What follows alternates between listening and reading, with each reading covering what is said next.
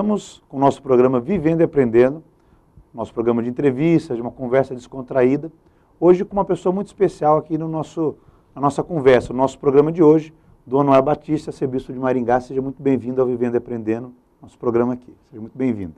Obrigado, Flávio. É uma satisfação estar aqui praticamente na sua estreia. Né? É o terceiro. É o terceiro. Estamos aqui nesse começo, né? Bom. Eu agradeço muito o senhor ter vindo aqui. E aí, assim, vamos bater um papo, né? Conversar. Dom Noel, o senhor é originário da onde? De onde que o senhor veio? Olha, eu sou gaúcho, nasci no Rio Grande do Sul, Lajeado, perto de Porto Alegre, e com 9 anos viemos para o Paraná, na região de Tupanci, oeste do Paraná, perto de Toledo. Perto de Toledo. E naquela região, na Mata Virgem, 64. Vivia no meio do mato, né? Mato. Eu fiquei praticamente 6 meses em casa, depois com 10 anos já fui para o seminário. E estou até hoje. Até hoje deve viver. A gente conversava aqui, né, anteriormente, como é que era a vida, né, nesse contexto, né? Como é que o senhor entrou em contato com a vida eclesiástica, com essa vida da caminhada cristã aí na igreja? Como é que isso aconteceu na vida do senhor? Começou muito cedo, com meus 6, 7 anos eu comecei a falar em casa que eu queria ser padre. Eu quero ser padre, eu quero ser padre, eu quero ser padre. Com 6, 7 anos o senhor já falava? Eu queria ser padre, porque eu era uma figura de um velho franciscano, capuchinho, que vinha em casa, ele pernoitava em casa para celebrar no dia seguinte, e à noite ele ficava contando histórias da Bíblia Sagrada, e aquilo me atraía. Aquele velho simpático. E aí eu comecei a falar, eu quero ser padre, quero ser padre, quero ser, acabei ficando padre. Aí a família falou, ele quer mesmo, e aí nós vamos ter que resolver isso. E depois, em 64, no meio da mata, quando era tudo a Mata Virgem, aí naquela região de Tupanci, veio um missionário celebrar para nós um domingo, no meio do mato, fizeram lá uma clareira, derrubaram algumas árvores, ou as pequenas, fizeram um altar de pau a pique, e ali naquela missa o pai e a mãe falavam, aquele moleque lá quer ser padre. Aquele lá apontava para vocês, sou eu. Isso era que frequência? Que uma vez por... Ele vinha uma vez por mês celebrar lá no meio da mata, e depois de alguns meses conseguiram fazer um pequeno oratório de madeira, mas ele sempre uma vez por mês. E eu fui no seminário, eu vinha para casa em julho e dezembro. O resto do ano eu ficava no seminário. No seminário. Isso é em Toledo, o seminário e a família em Tupanci. Em Tupanci, depois eu fiz para o seminário em Cascavel, depois o segundo grau em Curitiba, filosofia em Curitiba, teologia em Curitiba. Terminei a minha teologia na Faculdade da Assunção em São Paulo. E em 1980, 8 de dezembro, então eu fui ordenado presbítero da Diocese de Toledo. De Toledo, é onde começou a sua vida enquanto...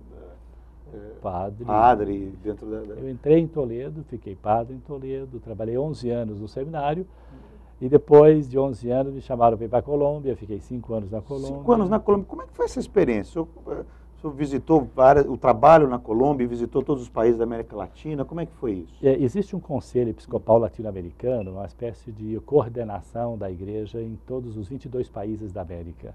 Certo. E essa coordenação tem vários departamentos. Eu fui chamado, então, para trabalhar como secretário executivo do Departamento de Ministérios e Vocações da América. Então, eram encontros, reuniões em todos os países. Eu tive essa graça de, durante 5 anos, visitar todos os países da América, menos Cuba. Não é permitido. O Fidel não abre, ainda tem, até hoje, inclusive, né, ainda essa... É difícil. É difícil. Dentro desse contexto de Colômbia, o senhor via muitas diferenças para o Brasil, Brasil na época, porque hoje a gente sabe que a Colômbia tomou alguns passos interessantes na redução da violência, a questão do narcotráfico, mas ainda é uma região que luta, né, muito com essa situação da sociedade, que todos sofrem com essa situação. O senhor percebeu isso quando o senhor estava lá? Isso é uma coisa que estava no dia a dia ali, mexendo com esse problema de drogas e fornecedor do mundo inteiro? Como é que é isso? Na verdade, a gente vivia uma insegurança permanente. A primeira instrução que nós recebemos ao chegar na casa onde nós morávamos e trabalhávamos foi aprender as saídas secretas da casa. Saídas secretas. No caso de uma invasão, não é? Porque já tinha acontecido no passado, a nossa sede na Colômbia foi invadida por mais de 30 guerrilheiros que permaneceram uma semana dentro de casa. E se isso voltasse a acontecer, vocês precisavam... nós tínhamos 2 saídas de emergência secretas, seja no bloco de trabalho, como no bloco onde nós tínhamos os nossos quartos, que eram 2 blocos separados. Essa foi a primeira coisa que nos ensinaram. Como... Você já chega meio assustado, né? Você imagina você chegando, olha, você vai morar aqui, mas veja, Se acontecer alguma coisa, você ter duas saídas de emergência, isso envolveu o grilheiro assim, de terras, também a questão de drogas, o pessoal sempre reivindicando alguma coisa. Neste caso, essa invasão que houve na sede no passado foi para reivindicar a legalização de terrenos invadidos, ou invasão, que ainda hoje é muito comum. E esse pessoal queria o documento dessa terra e queria a intervenção da igreja. E para que aí forçar a igreja a pedir o documento dessas terras, eles invadiram e acabaram depois se entregando e a coisa se resolveu por outro lado. Mas isso existe muito na Colômbia, hoje menos, graças a Deus. Agora, é um povo fantástico, um povo acolhedor, hospitaleiro, onde você chega, te acolhe muito bem.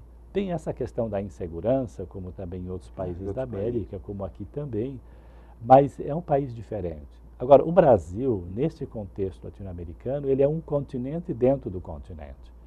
Porque só nós falamos português, todos os outros países espanhol, e aí há países muito pequenos, né? Pega a Costa Rica, por exemplo, que tem 8 dioceses, 8 organizações. Você atravessa o país de um lado ao outro em 1h30 de viagem. Isso é menos que o Paraná, cabe umas 3, 4 Costa Rica dentro do Paraná. Então, as dimensões geográficas, populacional, o Brasil soa como um continente, dentro do continente. E o Brasil é diferente. Em todos os sentidos. Dona Anuária, uma perguntinha meio pessoal, assim. Battisti é um sobrenome italiano e o Anuária é um nome árabe. Qual que é por que essa questão do nome árabe, o italiano? Qual que é a origem, assim, né? Todos somos filhos de imigrantes, né? Como é que é? Na verdade, a migração alemã, italiana, que se localizando no sul, minha mãe é de origem alemã, meu pai é de origem italiana. Então, nós levamos o sobrenome só do pai, da mãe não. E aí, esta mistura, não é? E o nome, eu nasci em casa, lá no interiorzão, ainda com auxílio da parteira. Não tinha hospital nem médico, imagina, né? Em 53. 53, nossa. Então, depois de uma semana, minha mãe foi a um pequeno hospital, aí uns 20 quilômetros de casa, a cavalo.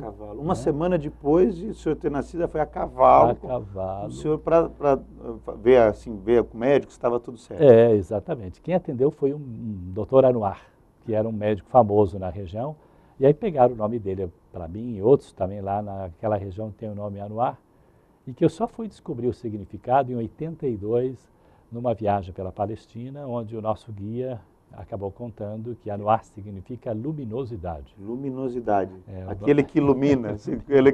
É difícil, um nome com uma responsabilidade grande, né? Realmente. E é interessante ver, né? O senhor mesmo colocou, né? Como, às vezes, modelos que a gente tem, né? Tanto, eu diria, do nome do médico, quanto desse franciscano, né? Que visitava, como eles inspiram, né? As decisões que a gente toma para a vida. A gente aprende, né? Assim, muito da sua decisão, como o senhor comentou, foi dessa figura que vinha ali semanalmente e falava da palavra, falava das histórias da Bíblia.